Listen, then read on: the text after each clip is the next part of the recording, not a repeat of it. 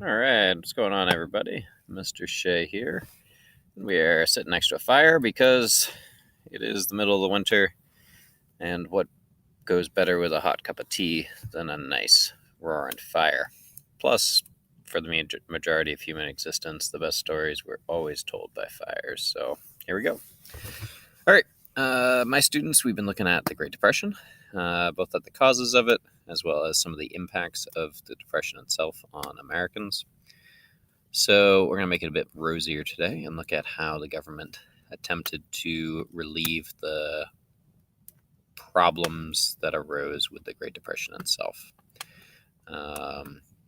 So the big person when it comes to the Great Depression is this man right here in the right of this photograph, Franklin Delano Roosevelt, the man in the glasses. But we'll get to him in a second because first we start with good old Herbert Hoover. Now, Herbert Hoover, the man who they named Hoovervilles after.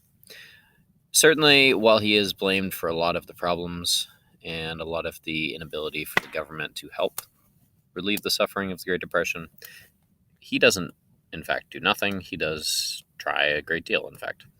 And one of the biggest projects he attempts is something called the Hoover Dam, or it later becomes known as the Hoover Dam, which is a massive public works project to generate electricity. And it is a business and government venture. So he's trying to bridge this gap between what is seen as a disconnect between business and government, that the two cannot share similar goals. In fact, he's showing that it can.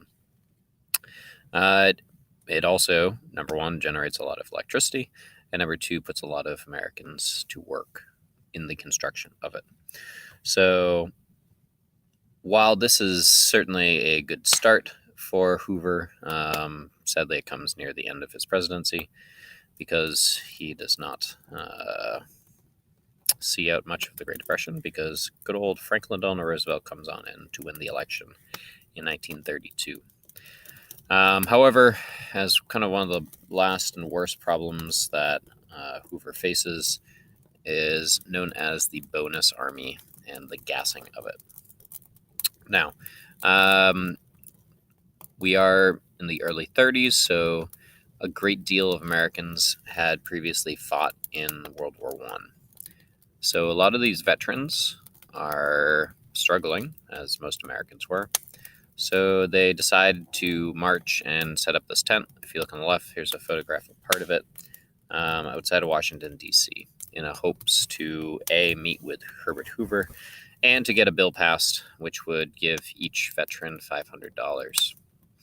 $500. Sadly, this bill, for the veterans at least, fails in the Senate. And Herbert Hoover, who had previously been pretty sympathetic to the cause of these veterans, orders them all to leave. Now, about 2,000 of them stay in hopes that perhaps Hoover will still meet with them and some resolution can be reached. However, Hoover sends in federal troops, and those troops use tear gas, which ends up burning down much of the camp, as well as causing the death of one young toddler, the blinding of another child, and a number of people being shot. So you have this really nasty incident, which turns a lot of the Americans very truly against Herbert Hoover, as they now have witnessed the gassing of their own people. So this is really the climate. You have a lot of kind of concern about the ability for the government to handle this situation. And Franklin Delano Roosevelt is elected in 1932 to, in the minds of many Americans, hopefully do something that's positive. His wife, Eleanor Roosevelt, in the photograph on the right, becomes probably the most influential first lady of all time. But we'll get into more of her, at least for my students in class. So Franklin Delano Roosevelt is elected overwhelmingly. Only a few states don't vote for him in the election, and he gets right to work. So this whole idea, now you'll see when a new president is elected, the first 100 days, is really one of the, well, kind of unfairly, Franklin Delano Roosevelt's first 100 days are fairly impressive of all the things that he does to try to help. And one of the first things, kind of the inspiration for my setting right now, is what's known as Fireside Chats. And what Roosevelt realizes is that to get the American people to support what he's going to do, he really needs to connect to them.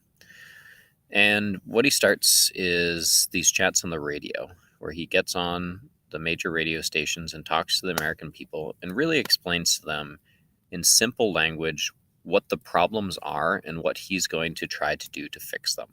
Because when it comes down to it, I mean, the Great Depression was a very confusing time as to what was the cause to the suffering. And when you have such a great problem, it's really hard to understand what solutions might exist. It's easier for us to look back because we can have the great ability of hindsight. But in the time, it was really challenging and confusing time. So Roosevelt starts to go into people's living rooms, at least his voice does, which starts to reassure the people that he can speak to them in clear language, which for people when it comes to politicians hasn't always been true. And B, really is showing that he's going to take the time to both help people and understand the suffering that they're going through, which is one of the reasons why Roosevelt receives thousands of letters while he's in office from regular people who realize that he's the kind of person that they can talk to. And one of the first changes that Roosevelt implements is changes to banking, these kind of big, massive changes so that really the Great Depression won't happen again. One of the first things is called the Glass-Steagall Act, which on the left you have these two senators that sponsor a bill which really isn't Roosevelt's MO, or not Roosevelt's entirely, his workings. It's put into place actually while Hoover is still president, so at the end of Hoover's presidency this gets passed. But what it does is it separates investment banking from banking with savings, so that banks that have savings in them cannot use that money for investments. It protects the regular American who is simply just trying to put their money in a bank to keep it safe. So Glass-Steagall, we'll get more into that when we get later in the year, when we get into the financial crisis of 2008. So remember this. And also put in place is the FDIC, which for most of you, if you ever go to the bank, you'll see this little thing there. It's your deposits on this one here are guaranteed up to $2,500. Today, it's, I believe, $250,000. So that even if your bank fails, the federal government will guarantee at least a portion of your deposits in there. So these are both intended to prevent banks from doing what they have previously done, as well as to give Americans confidence in the banking system. Because when it comes down to it, much of our capitalistic society depends on banks to be strong. And he also puts in a number of programs which become affectionately known to some, as well as derisively known to others, as the alphabet soup programs. So my students will be getting to this more into class as to what the problems as well as benefits of these programs are. But they really fall all under three main categories: relief, recovery, and reform. We've discussed a bit about some recovery programs. FDIC would be one of those because it's meant to, a reform program. It's meant to fix a systematic problem. Whereas a relief program is really, the purpose of relief is to provide direct and immediate assistance to people. So that if you are starving, they're giving you food. Recovery is more focused looking at businesses to get businesses back up on their feet so that the American system can really start to thrive again. So you have relief, which is really looking at providing food and jobs to Americans, recovery, helping businesses, and reform, helping ensure that this Great Depression doesn't occur again. And if you look on the right here, a number of those alphabet soup agencies which are put into place, some of which, and my students will get into this in class, are actually deemed unconstitutional by the Supreme Court.